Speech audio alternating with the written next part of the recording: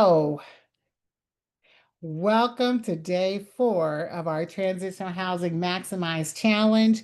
You guys have done so amazing showing up, by the way. I just want to commend you on showing up consistently every day, performing to where what we're building on, this blueprint. And this is the 4th day of the blueprint that we're putting together, one of the most important days that you need to have as it relates to funding your mission. So, for the sake of time, I'm just going to let you know I probably will speed up a little bit, but if there's any questions that you've got through this, I want you to be okay to raise your hand, ask me questions, because I want to make sure you get this. This is one of the better days that you're going to get with me today. So I also want to say, um, we typically, I'm going to put in front of you, if it'll click, our etiquette, which I won't go through each one of these, but I will say that the most important one out of all of these is to stay engaged, because I'm going to go through some information that I need you engaged for, and I will be looking for participation just like we did yesterday. So today is all about being engaged fully and in getting an understanding for what we're going to talk about around funding.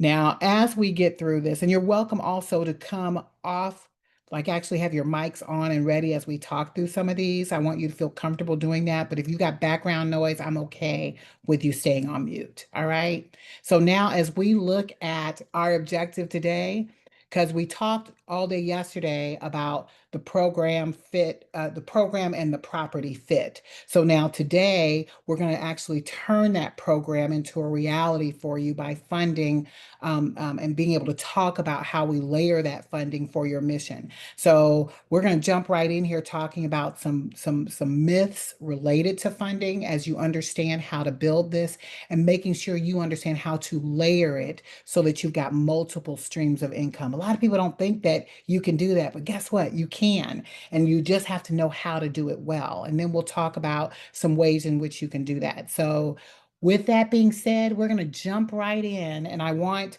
you to think about this first myth. And I've heard people say this all the time, that you need to have a grant to get started. But guess what? You don't.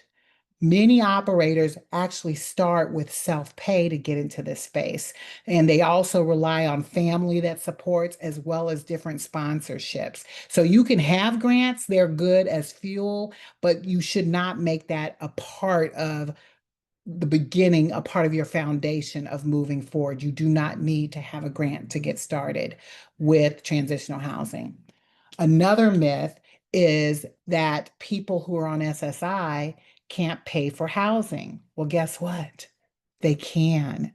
And actually, out of everything that we do, this is like the core part of what you should be doing. Most people who are on SSI, they can pay for their housing, and typically most people are getting somewhere, I've seen as high as $1,200 a month for SSI.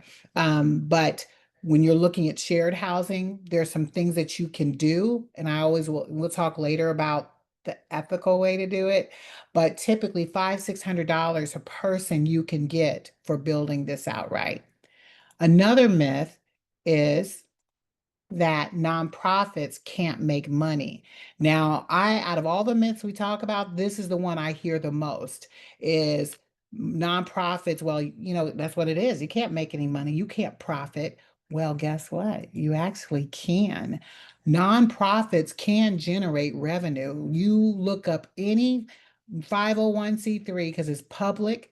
You can go see their reports, and some of them have millions of dollars that they generate and they reinvest into their mission. So the fact that nonprofits are profitable, they just can't use it for their own means. It's still a board, and it's still things that they have to reinvest in what they are building. Another myth is that you must wait for a contract to fund your house. You do not.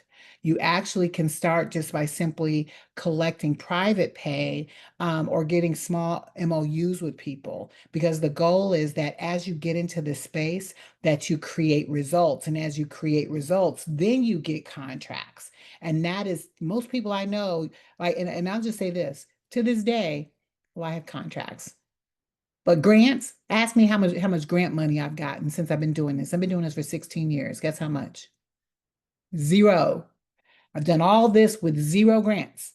And and I could do it if I want to, but I choose not to. I think it's easier to do it the way that I've structured it now, which we'll talk more about how I've done that over the years.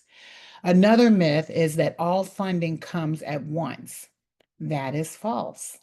Funding is actually, when you do this the right way, it's it's layered and you will do that over time. It's not something that happens immediate. It's something that you just continually build on. And as you do that and you start small, you can then build the results that you need to have so that you then can attract bigger sources that are going to give you more money going forward. So you actually will be able to get more money. Now, also, I've heard this myth is that if I run a for-profit, I can't partner with agencies. I cannot tell you many of the things I've done has been done as a for-profit partnering with agencies. That is the best way to bring in additional funds is to be able to work with agencies through an MOU, which we'll talk about some of that later as well. I've also heard that you can't ask for self-pay if people are on assistance. That is false. As I was saying before, you charge a reasonable rent. HUD would expect them to be able to contribute. It would be a disservice to not ask them to do that. So once you get into a position of charging that reasonable rent, and let's talk about that briefly here. I might talk about it later as well. But I hear a lot of people who get into this space and they do the self-pay, they charge way too much. And I'm just being real, especially if you got a person that's bringing in $1,200 a month, and that's a lot. Don't, I would just tell you it's not reasonable to take eight, nine, 1,000 from what they have that's theirs because they have to live off the rest. So I always use a gauge to at least leave them a few $100s so that they can operate with that. And then you choose something that's reasonable based off of what you could potentially get in rents in the particular area that you're in. And you have to take into account that it's shared housing. And I'll talk some more on another point later on as it relates to this reasonable rent. But that is definitely false. You can charge reasonable rent. Another is I need a fundraising team before I can launch. You definitely don't have to wait for that. Literally open your mouth, talk. As you talk to people, things will start happening. And sometimes it happens without even having a house. I've got one of my students right now, she doesn't even have people in there and she's getting donations left and right. Why? Because she's talking about what she's building. She's excited about what she's building. Her heart is in what she's building. And all that she just simply opened her mouth and things start coming to her. So as long as you got a clear story, you can honestly bring in so many opportunities that you'll have to turn, well, you would never turn people away, but there's some things you probably would turn away, but you're just going to have people flooding you with information and ways in which they want to participate and work with you, monetarily and non-monetarily. Another myth is you can't mix public and private funding. That is false. Now, I'll just say this.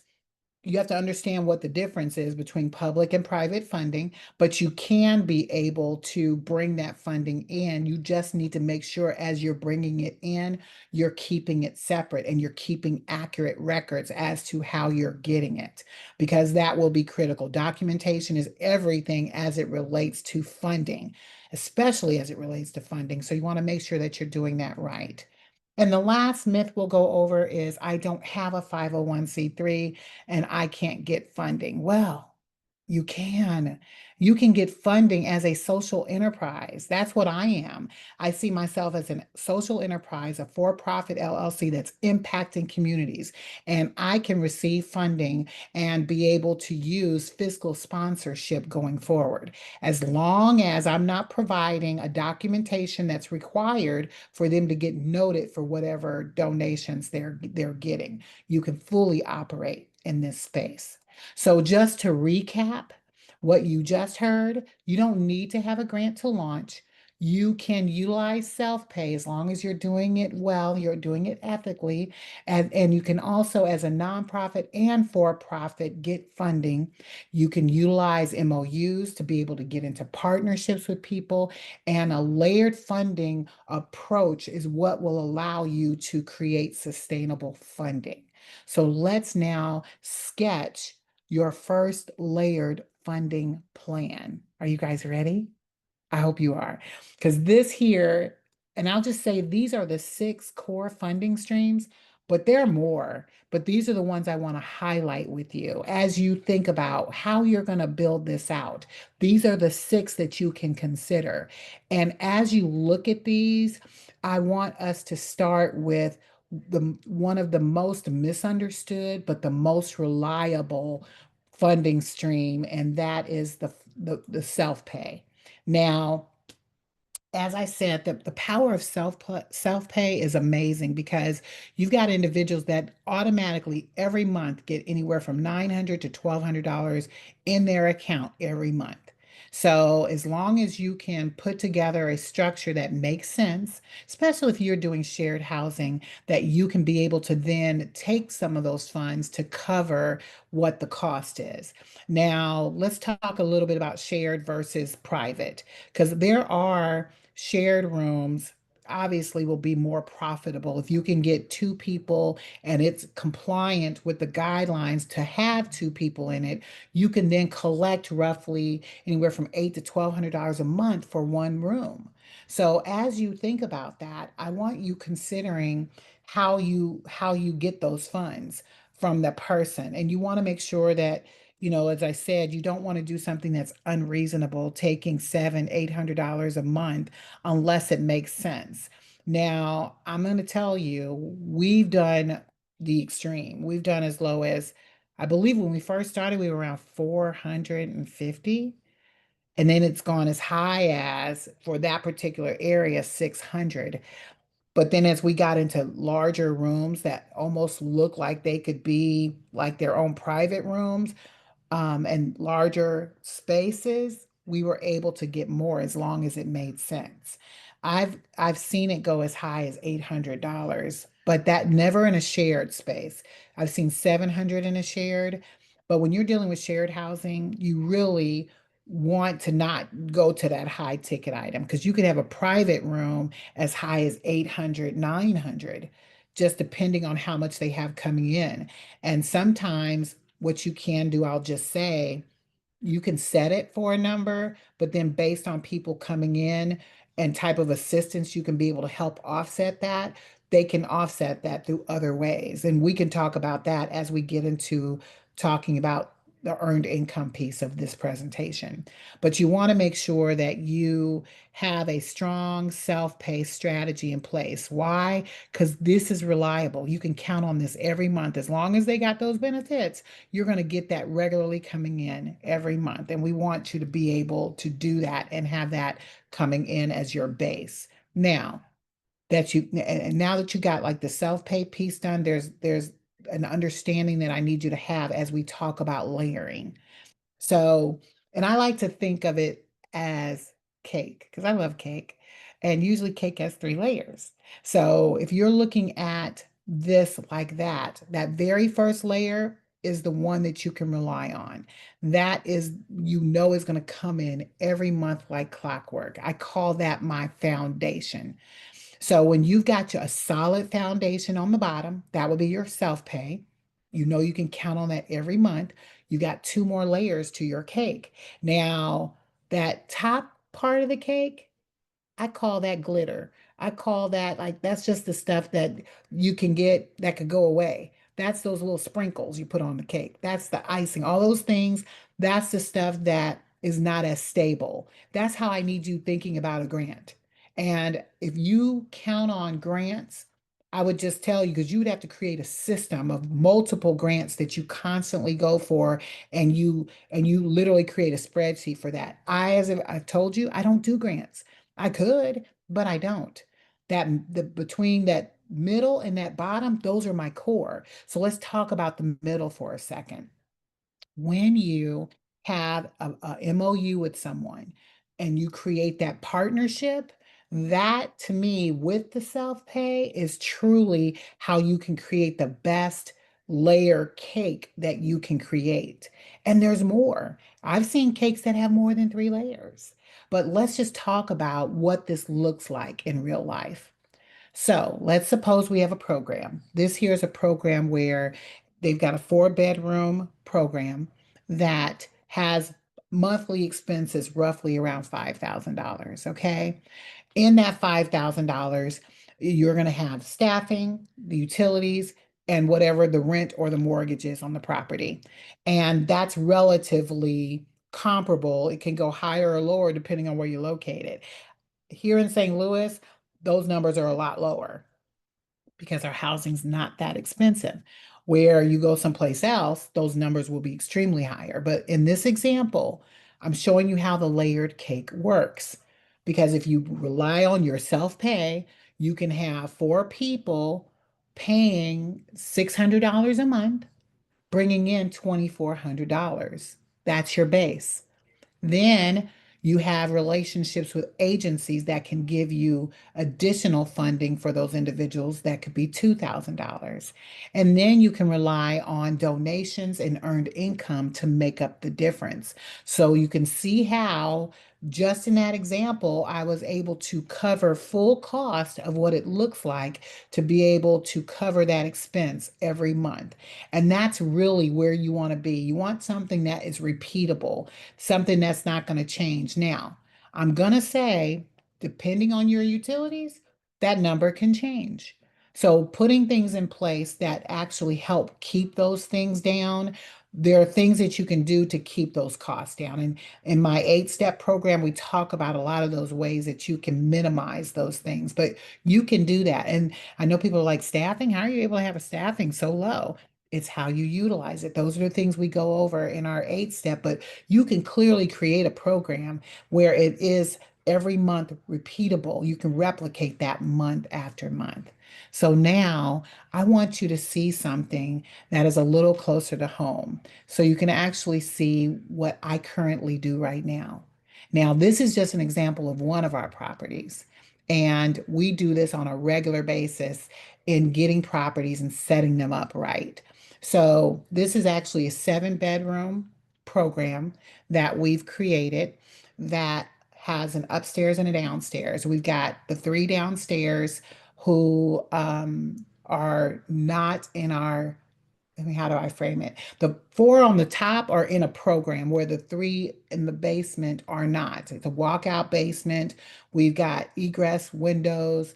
We've got, it's literally like another apartment downstairs, but it's a ranch style home with a large backyard.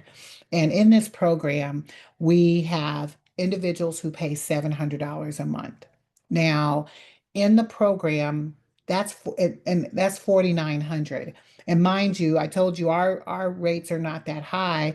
The property that we got, I think include the rent and everything might be with utilities and everything might be like 1,500, and the rest of it's the staffing piece. Like it's no more than $2,000 a month for our overall expenses in this property. So to bring in our first layer at 4,900, each paying 700, then we've got a contract that we have that gives an additional $950 for the people on the top level. So we're getting an additional 950 for 4 guys.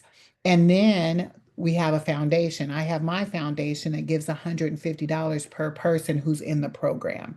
So we're roughly bringing in what, $9,300 a month in that one property, and the overhead is two. So the opportunity that that created within itself is to have cash flow over $7,000 that we then put right back into either getting another property, we create other services for those individuals, we create other opportunities, all with those extra funds. And you can do that too, depending on the property that you select with your program. Your program dictates everything.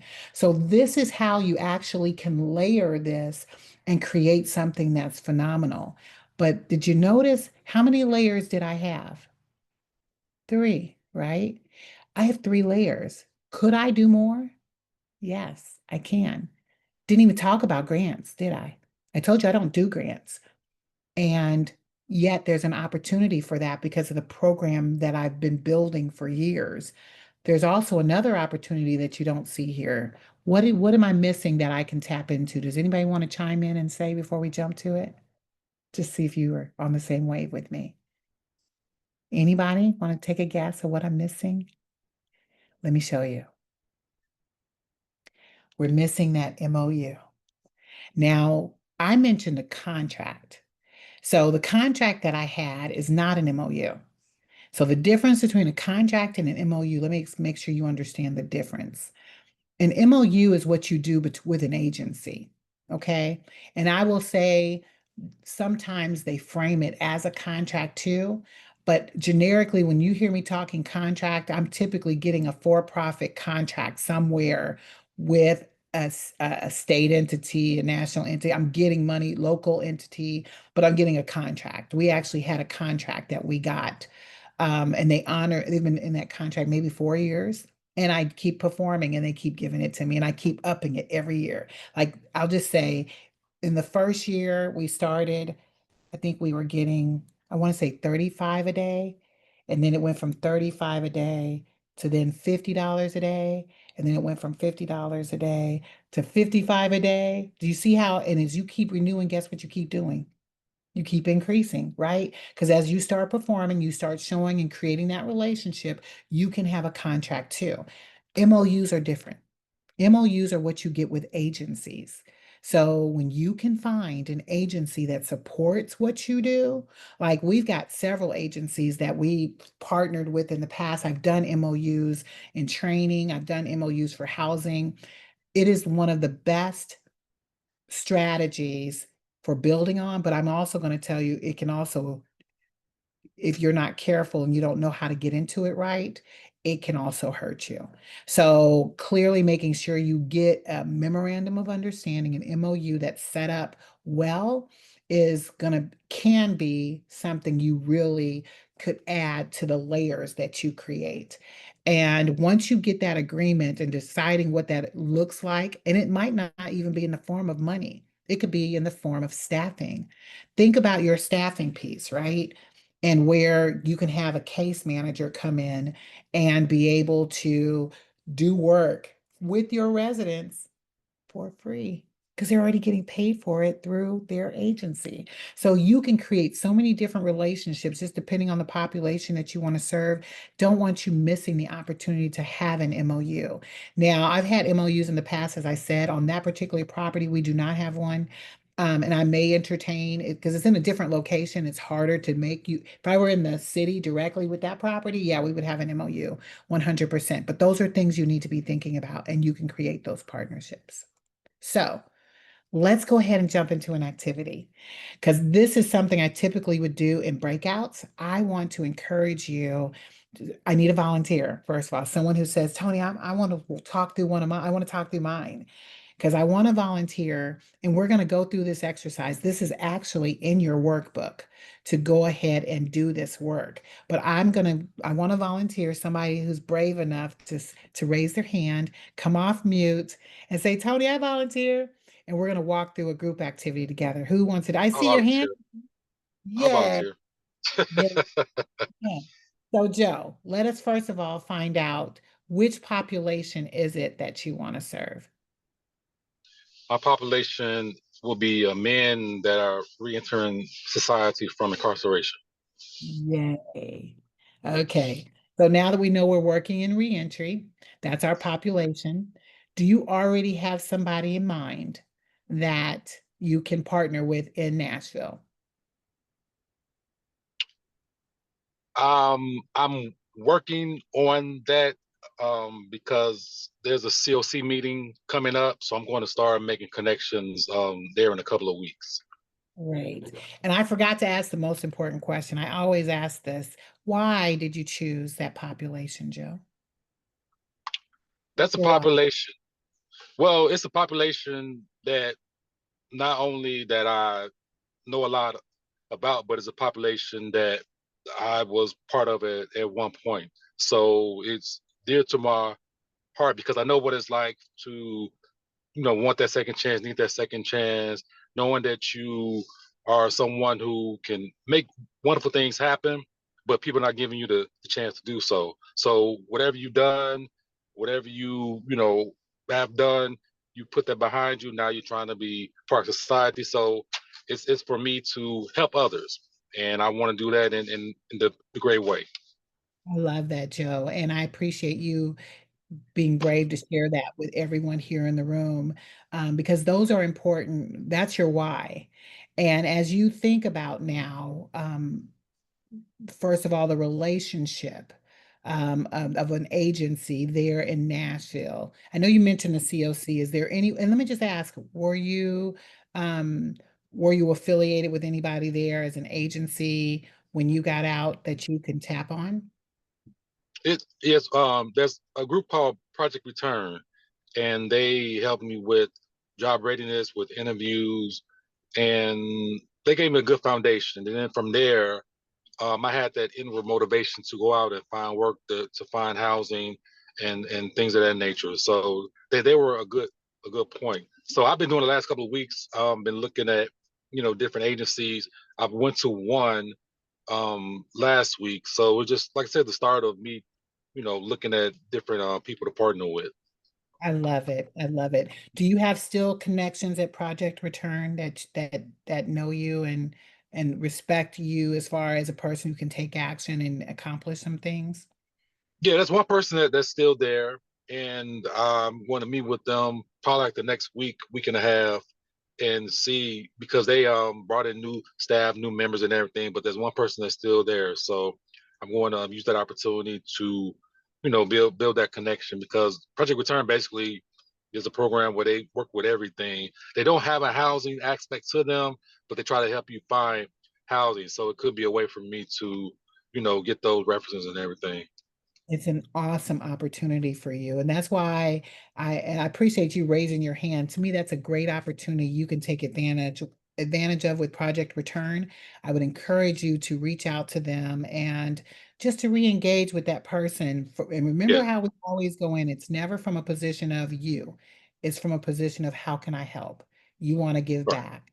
And they clearly going to see your success, what you've been able to accomplish, and they should be willing to want to just help pick you up and move that along. See, I hear your story. I'm listening in my head, your story as you tell it when you get this set up. And they could be one of your biggest advocates because they know you. You came from them and now. So you see how not only is that going to be a benefit to what you can build, but you can then help build what an outcome for them because you are a right, product of what they did. So I want you to just explore in your mind opportunities that you can consider opening that up. And you're one of my VIPs, so clearly those will be some things that we will explore to help push out some other opportunities. And I'm willing to be able to help you do that. So I'm right. excited that you talk through that because I think they're definitely a possible partner. So Yes, now, ma'am. if we were to identify one resident income source, how do you envision going about sort of designing what your cake would look like? Any thoughts on that? Well, from what you've been speaking of, I was thinking the self-pay because my thought, as we do an initial and you all, we'll be talking about duplexes, single families. Part of my thinking the last couple of days has been, and I think I could do this. Can I make it mandatory that whoever comes there has to have a job or has to be working, or is that even allowed? You can do it. Okay. I was thinking about that 100. aspect. Okay. Yep. Okay. Okay. And I would just say this too, there's other things you can do as because you have to think of what your non-negotiables are. But even if you were to say, let's say you get this really amazing person, they just don't have a job, you identifying maybe some um, friendly employers that are, I hate to use the word felon friendly, but they're friendly to people who want a new life, on a new stake on life, right? Even you having resources like that you can share with potentials. And if they take action, those are the people you want to work with, right? So you can even make that as a prerequisite as you're bringing them in. When you give them a resource, if they show you an action, you can take action on that and have that person And then, so that's where I want you thinking outside the box, but you do have to identify, Okay, you can have a non-negotiable and say, nope, if you ain't got a job, but you will be missing an opportunity with somebody who can take action that just doesn't have a job yet. Just a thought. gotcha. But Okay. definitely, I love your self-pay. And then, any other things that you're thinking of, anything else you would want to add as an income source? Well, um, well, since I'm looking at incarceration, I know some guys who leave. Some may have, you know, um, issues that they're dealing with. Some may receive funding from the state. Some may, receive um, funding from mental. They may have things mentally they may be dealing with. I'm not sure, but I don't want to restrict who can. And Exactly. so that was, and then yesterday I was thinking about it. I was like, well, if I get a guy, let's say he's in a wheelchair, so that's it's so many aspects of it that I've been looking at the last couple of days. But if I can find an agency that's like, hey, we have a guy here, he wants to, you know, start working, he wants to do what needs to be done. Can you, help house him? Sure, I'll sit down with him, talk with him, and everything. So I don't want to restrict myself, whether it be an agency. Is that the MOU that you're talking about with the Yep. agencies? Yep. Okay, Yep. okay. And I'll just Um, say you can have, so there are agency. That's why I say I love that you're in reentry because that's my space.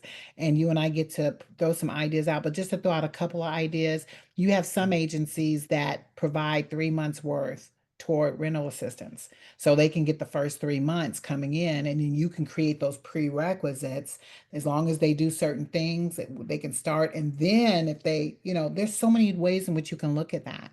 Also, support from family. Sometimes they will come, their families are wanting them to stay out. So that some are willing to commit 3 months worth, get those funds up front. Like those are opportunities as well that you can consider. So just be open to other options. I'm going to go over one right now that I think will open some eyes up even further. But I appreciate you walking us through your model. These are some great things that will allow you to push through in serving this population. So does anybody have any questions first before we go to the next type of things that I want to highlight in this topic? Because I know Joe does have to leave in 7 minutes, 5 minutes. well, actually, today I'm here to 7:25. Yay. Yeah, Well, then I won't rush then. Thank you. I appreciate it. okay, I won't yeah, rush. yes, ma'am. Perfect. All right. So let's jump right into now talking about other ways that you can get startup support. Because, oh yeah, go ahead, Lena. Go ahead. You have a question? Go ahead.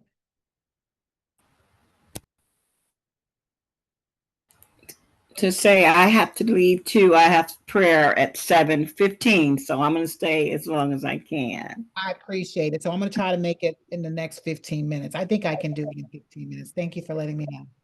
So, as we look at other ways in which we can supplement the support, you've got churches that have ministries that have funding available that you can tap on when you have an individual. I would encourage you to tap on churches.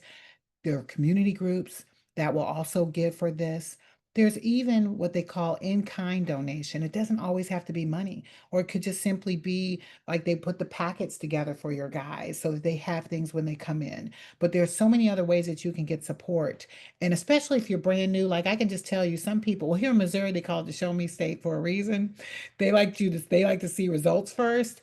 So maybe you have to do a pilot first, maybe like just 2 beds. If you have a 4 bed home, someone might say, you know what, I'm okay with doing a 2 bed pilot just to see how it's going to work with a local agency, just to see, and then they'll commit to something more through an MOU. You just want to not leave anything uncovered as you think about this space. Now, this here next piece I'm about to share with you is yet another way in which you can generate income from the inside of your home. And it is through these particular earned income opportunities that currently exist that you can create in the home. You can put together a cleaning crew. Let's just say that your home is in a neighborhood where they have funds available for a cleaning crew to come in and clean the parks out. You can do those type of things and employ residents just by doing that. You creating the employment and allowing them to work and do it. You can also do it where if it's not about them actually like ideally you want them earning money. Like you really want them earning money, but you might make it where they don't earn money, they actually earn a credit toward like a stipend they can get as a credit toward rent. We've utilized people into who are good doing maintenance. Now we got a person who for $150 off of what they pay, they now handle little maintenance things in the property to offset some of your cost. There's a lot of things that you can consider in that model and it still serve the population that you're working with. You can also get donations that they then can market and sell on marketplace. Like be creative, think through things. You can have like a little mini what do you call it, a rummage sale every week that they participate in to sell items that support the home. These are things that you can be creative and creating for them as opportunities to earn income. But this last one, I'm just going to say this here is this is my love, like teaching sustainable skills. Because at the end of the day, many of these guys will work hours on hours at like a food restaurant making pennies. And I hate that. I really think it's a way in which they still exploit people who, because they have a felony, they don't pay them like they should pay them, or they'll have to be forced to do labor ready because no one else will hire them. When you could teach someone a sustainable skill, whether you're doing affiliate marketing, whether you're doing like working with realtors or real estate investors, finding properties, teaching them some skills that they can build on themselves. My favorite, they have so many, now you do have to test them, but those home opportunities where you can work for a company doing some stuff digitally online, those things do work. You just have to find the ones that work. So if you're looking for someone to partner with on that in your property, then I hope that you will tap on my shoulder because those are the type of things I do. My training is live for free. I train residents on how to live for free. And that's how we start is teaching them sustainable skills such as that. So with that being said, let's jump right. Any questions about the earned income options? Any comments or questions there? All right, so let's go ahead and jump into some do's and don'ts, okay? Now I'm just going to tell you, I don't have I think I have more do's than don'ts, but I definitely want to make sure we've covered the don'ts because I don't want you to get in a position where you're waiting because don't wait to start. You honestly want to, well, did you have a hand? I thought Lena had her hand up, sorry. But you don't want to wait to start. Go ahead and just jump out there and get started, even if it's just talking to people about what it is that you're doing, because that will give you the courage to keep pushing forward. Every little step helps, but getting someone to fund you, you just don't want to wait. And you don't want to blend personal and program money because that will get you in trouble. You do not want to get in a position where you are mixing, commingling your funds. And then you also don't want to overcharge, I mean, sorry, undercharge out of guilt. Now, let me explain that one.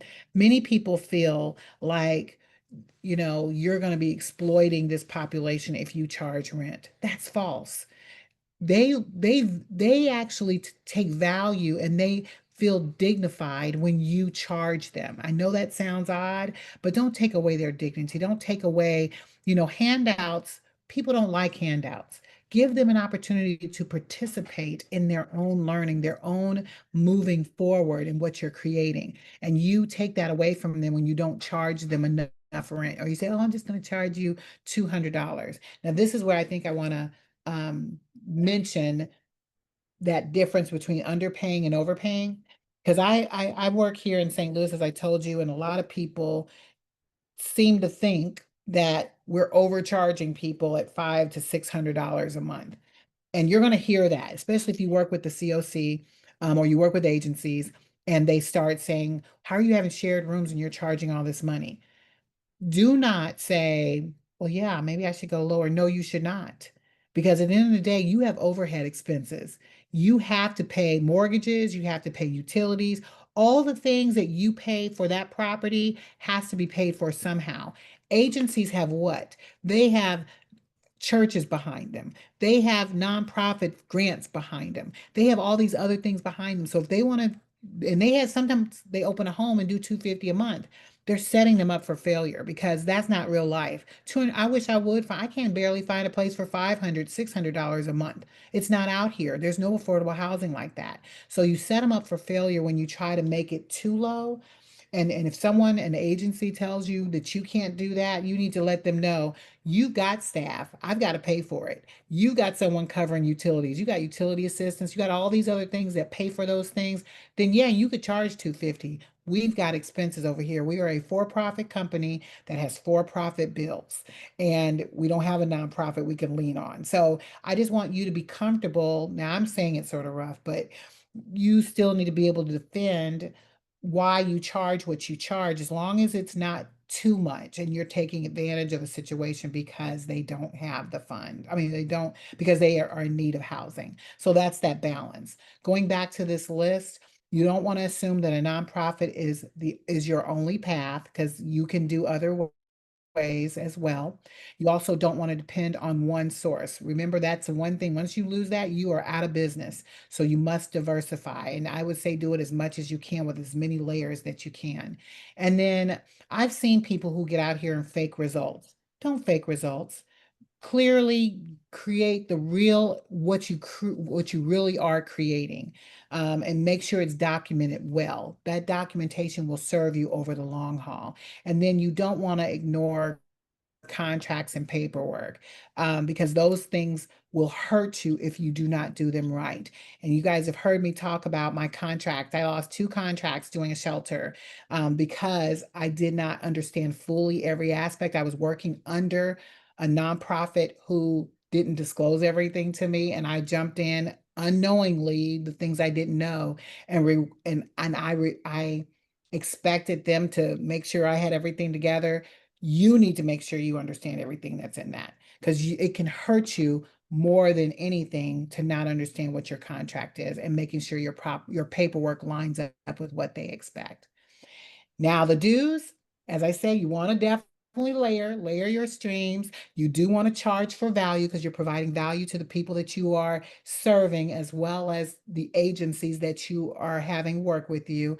You should use MOUs because that's the best way to build relationships and help create your story. And you do want to track every dollar. Make sure you use a system. I've got some other opportunities I'm going to share. I just found that's some great resources for accounting that's free. You definitely want to make sure that you are taking advantage of every dollar. And then you do want to be able to tell impactful stories and make sure that you're legally compliant with everything you do. And then definitely you do want to start before you're ready. That is the most important thing. Now, as we wind down, I'm getting ready to get into the summaries, and I know we're winding down on time. I have a request. First and foremost, the homework that we have for you, I have a two-part homework. Complete your homework assignment for sure.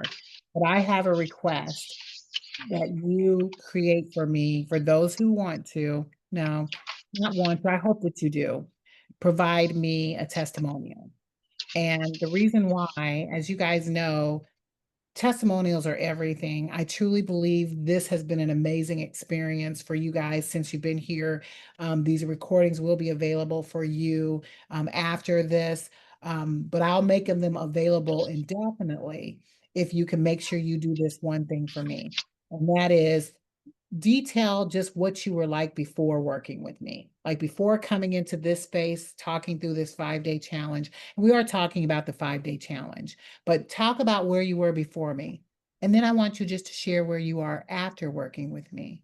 And it's really important for me to not only hear it, but when you position this in a way where other people can hear how valuable this information is. I love talking through this, but I can only talk so much. It's your voice they need to hear. And then I want you to share what results you get working with me from this experience creating the 5-day challenge. And then what would you say to someone who says it costs too much money? Like, and I'm just going to be real, $297 is what you guys got it for. Regularly, it's $597. I discounted it significantly so that you can participate. But I want you to address that for someone who says, even that's too much. And then what would you say to someone thinking about working with me? If you would fill that out, but put it in a nice paragraph versus sentence for sentence, but just tell the story using that as a guide.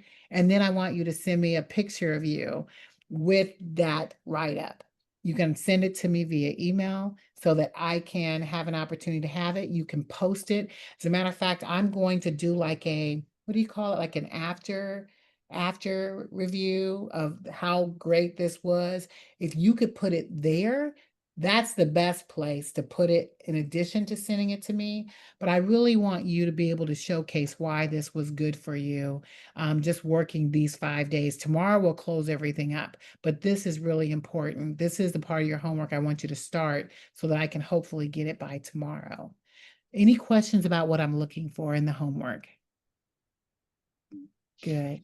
So as we look at the summary, I just want to recap, these are the type of things that I want you focusing on is starting with where you are with what you have so that we can move you forward to creating what it is that you are going to create.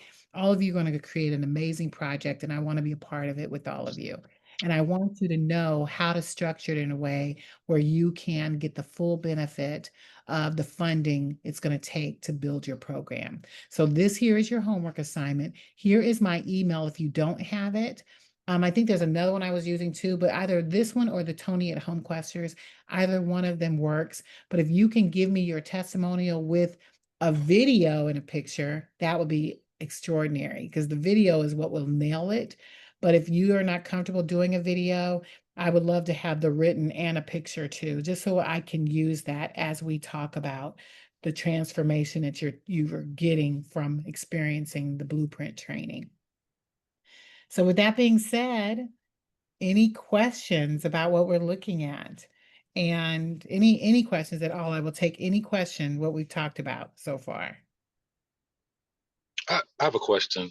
Yeah, go ahead. Um, so I'll make sure I frame it properly.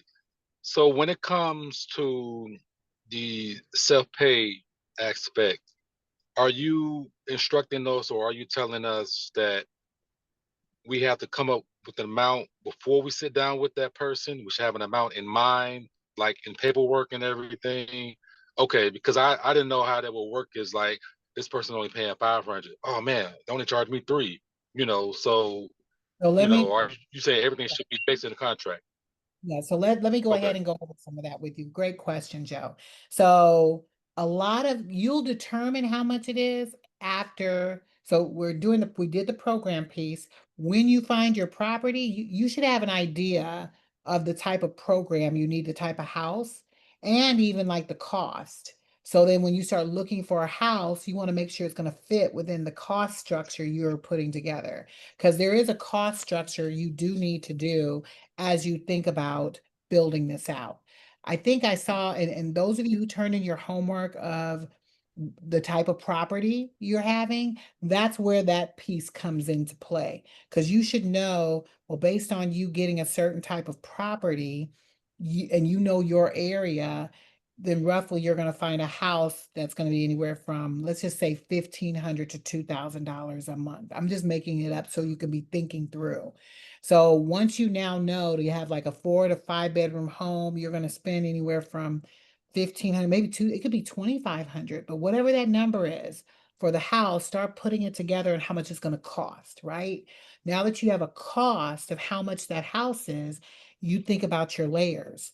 So if you're like, well, wow, the house and everything, the staffing, it's going to cost me anywhere from, it's going to cost me like $4,000. So then how do you back into $4,000 on that property? So you have to think through, wow, based off of that, I'm going to have to charge $700 per person to be able to do that and get some donations here. Like you're going to walk through in your mind how much is going to be self-pay, how much would be then that you can get in donations or do earned income for these guys. Like that's how you'll have to walk through how much house you're going to buy or get. Now, anything under that's going to be good. That's how you have to sort of think about that. Does that make sense, sort of how I broke that out and how you would get to a Yes, ma'am. number, how much it would cost? Because you have to think now Yeah. clearly, if it's $4,000, you're not going to have people paying $1,000. Four people pay, like you're not going to have four people paying $1,000. So you back into it and then start breaking down. Well, dog, I'm going to have to find this much in donations, this much in earned income. What are some things I can supplement to help them? Or this is how much their family's going to have to give. Because you have family members that will help pay what someone needs to pay. But you can back into that number. And I would use the self, like whatever, because I said I would start with like $600 as the number of people and work from that. And then you can determine where to go from there and where you're going to find those resources. Because I need to Okay, just make thank you. sure, and what the utilities potentially will be for that property too. So all of those things will play a part as you create that. Did that help? All right, thank you. It does. Yes, ma'am. It does. Perfect. I have a question also. When it comes to like cost structure, do you think it's a good idea to separate uh, the rent from the utilities? Because that's what I plan on doing. Because I want to make sure people are conservative with their water usage or electricity usage. So I want them to see exactly, how much they're using. Um, uh, So because if play it out for me. How are you doing that? So play it out so I can hear it. Well, that's what I kind of need help on because first I need to find out how much if I have, let's say, four individuals living in a house, um, and then how much would four people use in water each month? I have to find out what that number is and just divide it by four, So let me just right? tell you, I've done it both ways. Okay.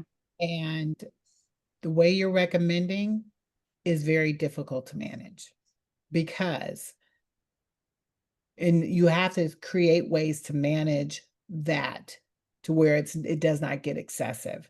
But when Mm-hmm. I estimate mine, I always do it very conservatively and then I pull it all together and I have everybody pay the same amount that's added to what they pay.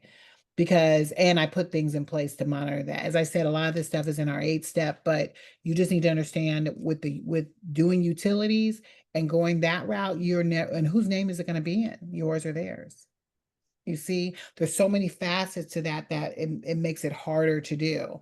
I've also done it where on the contracts that we write, we Mm-hmm. would have uh we broke down like how much for everything.